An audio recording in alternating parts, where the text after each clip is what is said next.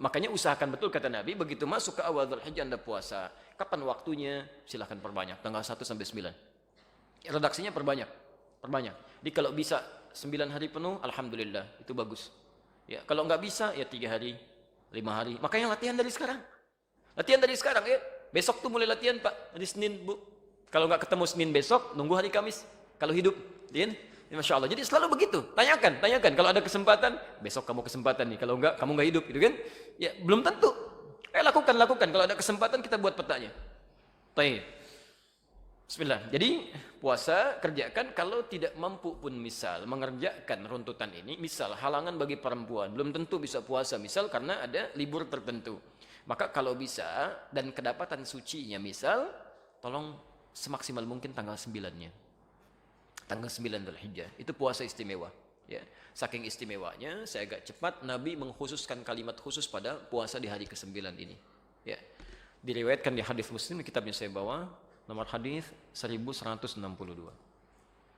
Saya agak cepat sedikit ya, nanti saya berikan rujukan di akhir TV untuk kajian lebih lengkapnya. Sudah? Hadis Muslim nomor hadis 1162 dari Abu Qatadah Al-Ansari. An Abi Qatadah Al-Ansari radhiyallahu taala anhu qala, dari Abu Qatadah, semoga Allah memberikan ridha kepada beliau, menyampaikan, alhamdulillah, su'ilan nabiyyu sallallahu alaihi wasallam an siyami yaumi Arafah. Di riwayat lain an shaumi yaumi Arafah. Nabi sallallahu alaihi wasallam pernah ditanya tentang puasa ya, di hari Arafah. Hari Arafah itu tanggal berapa? 9. Ini penting, nanti saya tuliskan, saya berikan tulisan sebentar ya. Redaksi hadisnya begini, Siyam Yaum Arafah, ada yaumnya.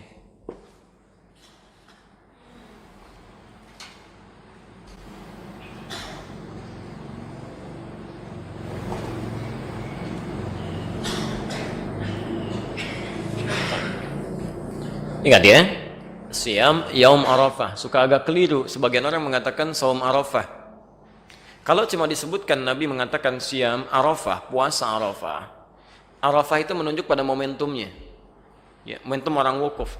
Jadi kalau bahasanya puasa Arafah, maka nggak ada penafsiran. Semua di seluruh negeri ini harus berpuasa bersamaan dengan orang wukuf.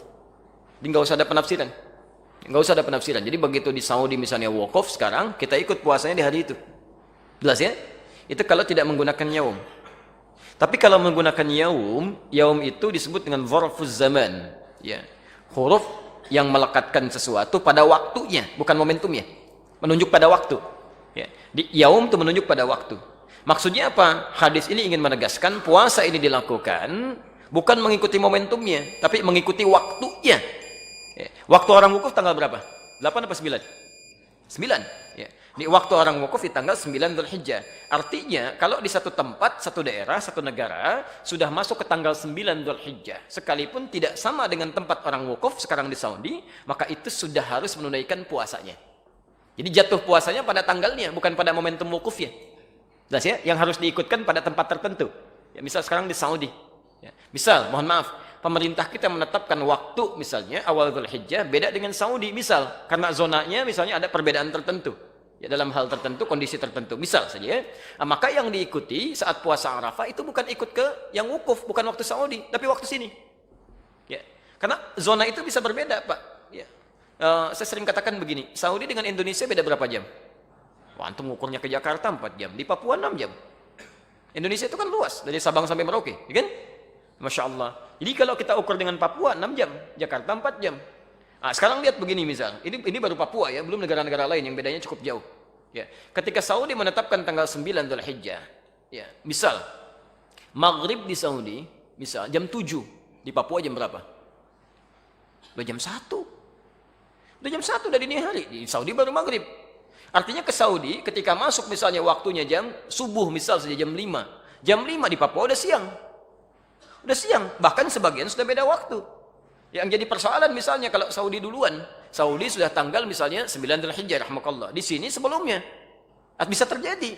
Jadi begitu sana sudah masuk maghrib, di satu tempat misalnya baru masuk ke awal tanggal 9. Ya, baru mau subuh gitu kan itu belum nyambung, waktunya berbeda.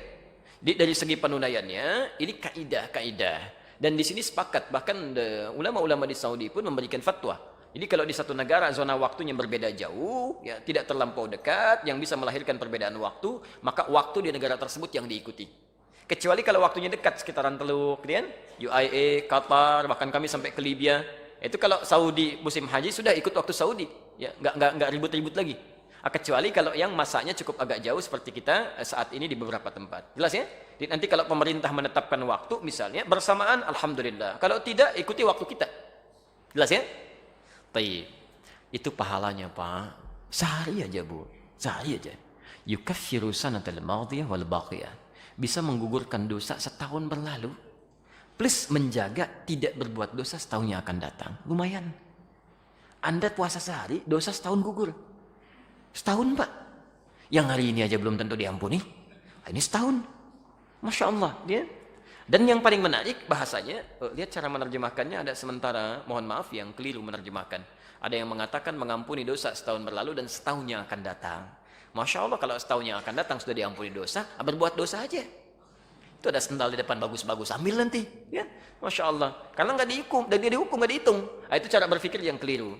Jadi menerjemahkannya, mengampuni dosa yang telah lalu setahun, dan menjaga orang ini tidak berbuat dosa untuk setahun yang akan datang. Artinya kalau ada orang, maaf ya, ada orang berpuasa Arafah, setelah puasa masih bisa berbuat dosa dari ujung kepala sampai ujung kakinya, berarti puasanya gagal.